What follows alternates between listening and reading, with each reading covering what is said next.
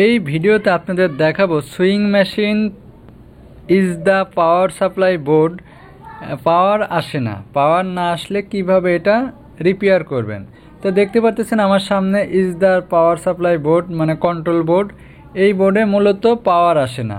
পাওয়ার না আসার কারণ কি, আজ আমরা দেখব যে কিভাবে পাওয়ার রিপেয়ার করতে হয়।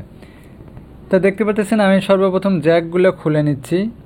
এই জ্যাক খুলে নিয়ে তারপর আমি দেখব যে কোথায় কি কারণে পাওয়ার আসতেছে না। ঠিক আছে, তো দেখেন আমি জ্যাকগুলো খুলে নিলাম।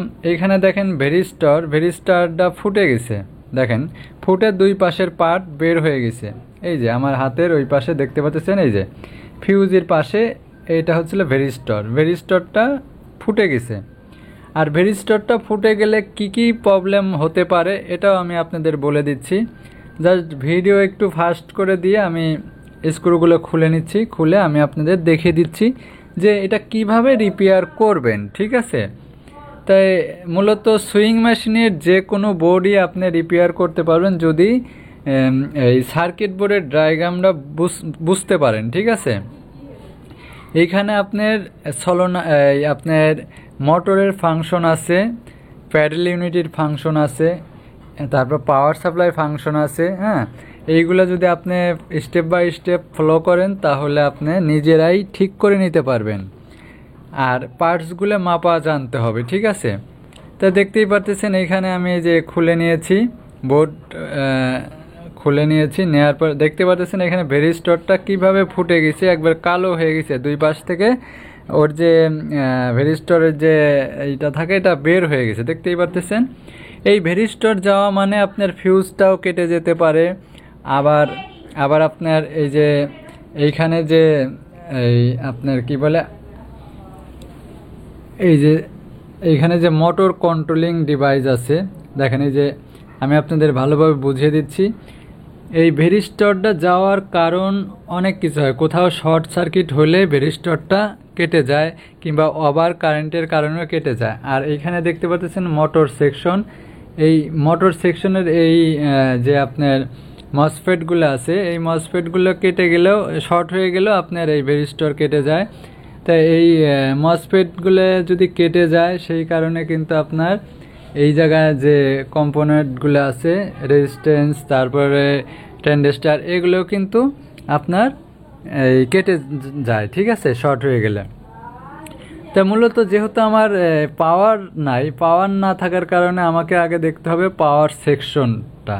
পাওয়ার সেকশনে যে আমি হাত দিয়ে দেখাচ্ছি যে এইখানে এটুকুলা এসএমপিএস পাওয়ার সাপ্লাই। ঠিক আছে, এই পাওয়ার সাপ্লাইয়ের এখানে দেখেন একটা আছে, ডায়োড আছে, ব্রিজ রেকটিফায়ার ডায়োড। এই ডায়োড শর্ট হলেও আপনার ভেরিস্টর কেটে যেতে পারে। তারপর ডায়োডের পাশে একটা 8 পিনের আইসি আছে, এই আইসি শর্ট হয়ে গেলেও পাওয়ার থাকবে না।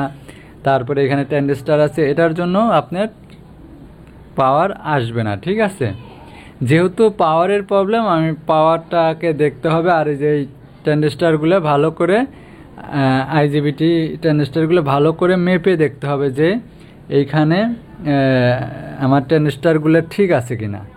ঠিক আছে, আমার আইজিবিটিগুলো ঠিক আছে কিনা এটা ভালো করে চেক দিতে হবে। ঠিক আছে, চেক দেওয়ার পরে তারপর আপনার রেকটিফায়ার ব্রিজ ডায়োড এটা ঠিক আছে কিনা এটাও চেক দিতে হবে, যেন এটা শর্ট আছে কিনা। শর্ট থাকলে কিন্তু আপনার লাইন দেওয়ার সাথে সাথে আবার স্পার্ক করবে। ঠিক আছে, তো মূলত স্টেপ বাই স্টেপ যদি ফলো করেন আপনারা নিজেরাই এটা মেরামত করতে পারবেন। তাহলে আমি এখন যেহেতু আমার ভেরিস্টর ফুটে গেছে, এই ভেরিস্টর আমি চেঞ্জ করব।